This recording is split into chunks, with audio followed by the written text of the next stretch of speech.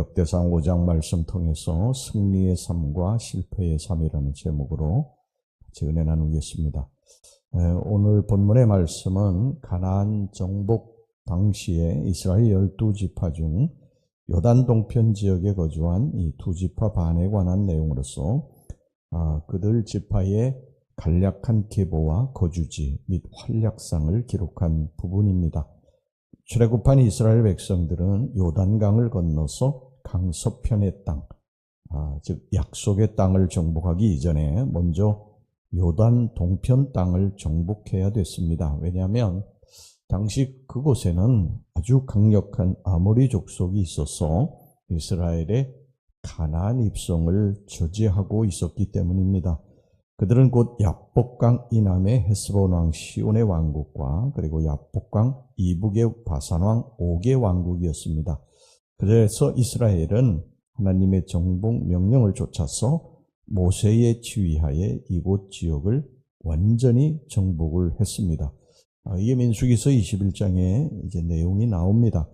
그런데 이곳 지역은 아주 비옥한 지역, 초장 지역이 많았고요. 또 가축을 먹이기에 적당한 곳이었기 때문에 루벤 자손과 갓 자손이 모세에게 이 지역을 자신들의 기업으로 분배해 줄 것을 요구를 하게 됩니다. 그것을 듣고 모세가 그들 지파가 요단강을 건너서 가나안 본토 정복 전쟁에서 타지파의 선봉에 서야 된다고 하는 조건을 내걸게 되고요. 이들이 이것을 수락해서 이 루벤 지파와 갓 지파에게 그 요단 동편 땅을 분배해 주었습니다. 그리고 이때 이제 요단 동편의 전쟁에서 아주 혁혁한 공을 세웠던 이 므낫세 반 지파에게도 그 땅을 함께 분배해 주었습니다. 이게 민수기서 32장에 내용이 나오고 있습니다. 오늘 이 본문의 말씀은요, 이 같은 배경하에서 이후에 그 땅에 거주한 두 지파 반의 간략한 계보 또 활약상을 기록한 부분입니다. 먼저 루벤 지파의 계보와 그들의 거주지가 소개됐고요. 1절서부터 10절까지, 그 다음에 11절서부터 17절까지는 갓 지파의 간략한 계보와 그들의 거주지, 또 마지막으로 23절에서 24절은 므낫세 반 지파의 거주지와 그들의 유명한 족장들을 소개했습니다. 자, 그런데 이외에 우리는 여기 본문의 말씀에서요, 두 가지 대조적인 기록이 삽입되어 있는 것을 볼 수가 있는데, 그것은 첫째, 요단 동편의 두 지파 반이 상호 협력해서 수많은 군사의 이스마엘 종족 이 하갈의 후손들을 물리쳐서 이겼다는 그런 승리의 기록이 거기 삽입되어 있는 것을 보게 됩니다. 18절서부터 22절까지 나와 있고요. 그 다음에 25절서부터 26절까지는 두 번째 요단 동편의 두 지파 반이 하나님을 떠나서 이방 우상을 섬김으로 이방의 아수르에 의해서 포로로 끌려갔다는 그런 실패의 기록입니다. 오늘 우리는 이 본문의 말씀을 통해서 이 승리의 삶 그리고 또 실패의 삶이 어떤 것인가 하는 것을 좀 살펴보도록 하겠습니다. 첫째, 우리가 하나님을 의뢰할 때 승리의 삶을 누릴 수 있다고 하는 사실입니다. 18절에서부터 22절까지 말씀 보겠습니다. 루벤 자손과 갓 사람과 므낫세 반지파에서 나가 싸울 만한 용사 곧 능히 방패와 칼을 들며 활을 당겨 싸움에 익숙한 자는 44,760명이라 그들이 하갈 사람과 여두루와 나비스와 노답과 싸우는 중에 도우심을 입었으므로 하갈 사람과 그들과 함께 있는 자들이 다 그들의 손에 패하였으니 이는 그들이 싸울 때에 하나님께 의뢰하고 부르짖음으로 하나님이 그들에게 응답하셨습니다. 그들이 대적의 짐승 곧 낙타 5만 마리와 양 25만 마리와 나귀 2,000마리를 빼앗으며 사람 10만 명을 사로잡았고 죽임을 당한 자가 많았으니 이 싸움이 하나님께로 말미암았습니다. 그들이 그들의 땅에 거주하여 사로잡힐 때까지 이르렀더라. 요단 동편의 두 지파 반은 동족 이스라엘의 다른 지파로부터 떨어져서 거주했을 뿐만 아니라 주변에는 모압 족속, 이 암몬 족속 등의 이방 족속들이 둘러싸고 있었습니다. 그래서 늘 긴장의 상태 속에 있었는데 사울의 때에 그들은 이 하갈 족속, 즉 이스마엘 족속이죠. 이 하갈 족속의 대대적인 침입을 받았습니다. 그들의 군사는 이스라엘 두 지파 반의 군사를 압도했습니다. 마치 바닷가의 모래와 같이 메뚜기 떼와 같이 그렇게 대단했습니다. 이것은 전쟁 후에 노획된 이 하갈 족속의 사람 10만 명과 가축들의 수요, 낙이 5만, 또 양 25만 마리, 낙이 2천 마리만 보더라도 아주 충분히 짐작 가능한 일입니다. 자, 그렇다면 이 두 지파 반은 이렇게 자기들보다도 월등하게 군사력이나 또 군사들의 수도 많은 하갈 족속을 물리칠 수 있었을까? 그 성경이 뭐라고 말씀하느냐면 그들이 하나님을 붙들고 하나님을 의지하고 부르짖었기 때문이라고 말씀을 하고 있습니다. 이 10절 후반절 다시 보겠습니다. 이는 그들이 싸울 때에 하나님께 의뢰하고 부르짖음으로 하나님이 그들에게 응답하셨습니다. 두 지파 반은 자기들의 힘만으로는 도저히 하갈 족속, 이스마엘 족속을 이길 수 없었습니다. 그들의 군사력은 4만 5천 명에 불과했지만요, 적군은 셀 수 없을 정도로 많았기 때문입니다. 하지만 이스라엘 두 지파 반에게는 이 적군이 알 수 없는 무한한 알파의 능력이 있었습니다. 그것은 곧 하나님의 도우심이었습니다. 그 도우심이 있었기에 두 지파 반은 수많은 적군들을 물리치고 승리의 계가를 올릴 수가 있었던 것입니다. 여러분, 예나 지금이나 하나님께서는 당신께 의지하고 매달리는 자에게 무한한 능력을 베풀어 주시는 줄로 믿습니다. 우리가 도저히 해결할 수 없을 것 같은 문제, 우리가 도저히 이 문제는 어찌할 수 없다고 하는 것도 우리가 하나님께 매달려 부르짖어 기도하면 하나님께서 해결하신다.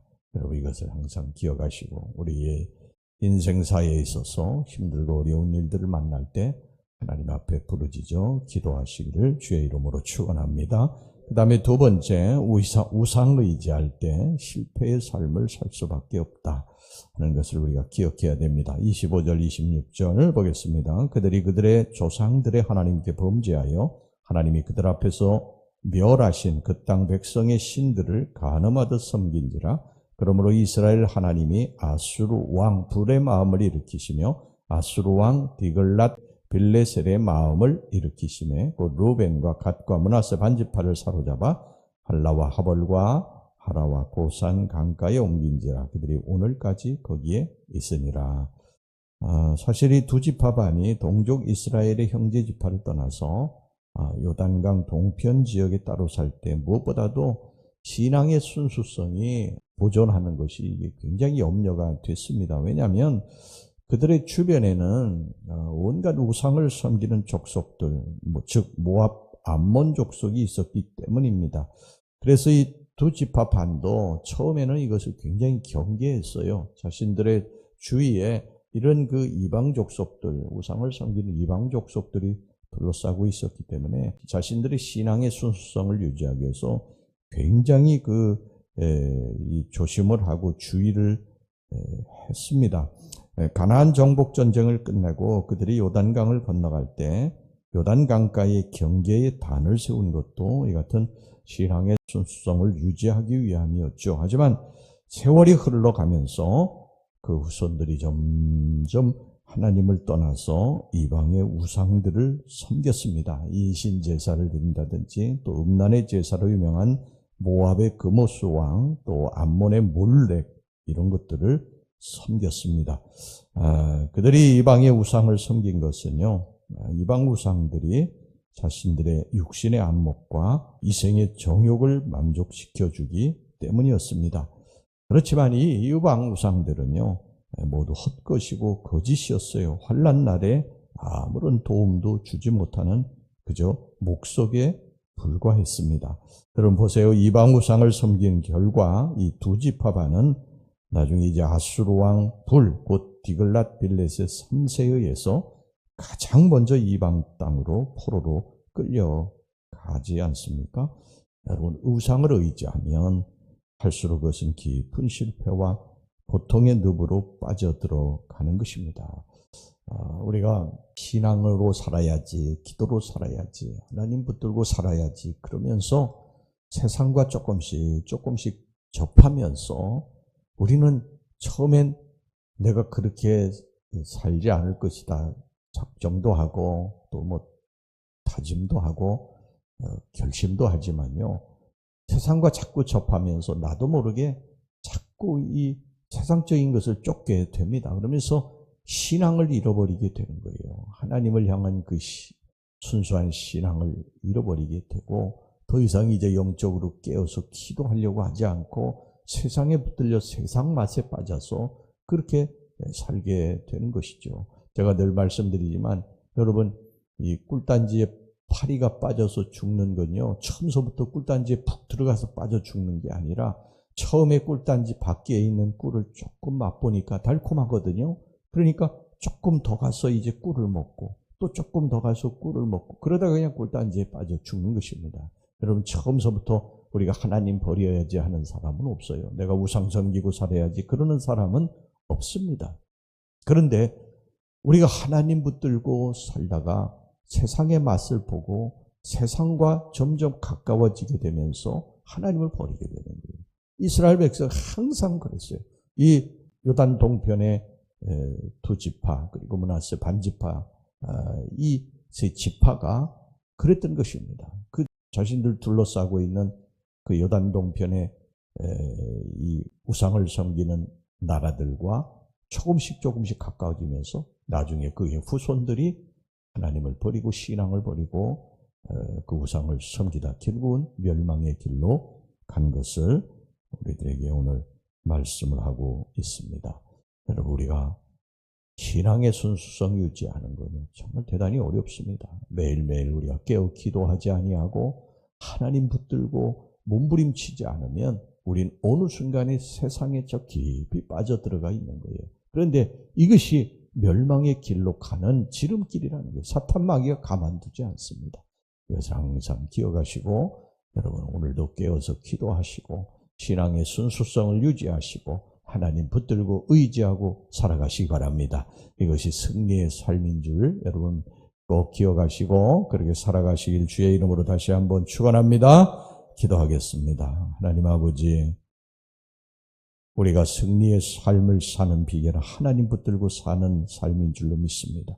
우리가 실패의 삶을 사는 이유는 하나님을 놓고 우상 섬기고 이방신 섬기고 살아가는 것 때문에 그런 줄 믿습니다. 하나님, 저희들이 오직 하나님 한 분만 의지하고 하나님 한 분만 붙들고 살아가는 믿음의 용장들이 되게 주시옵소서. 예수님의 이름으로 기도하옵나이다. 아멘.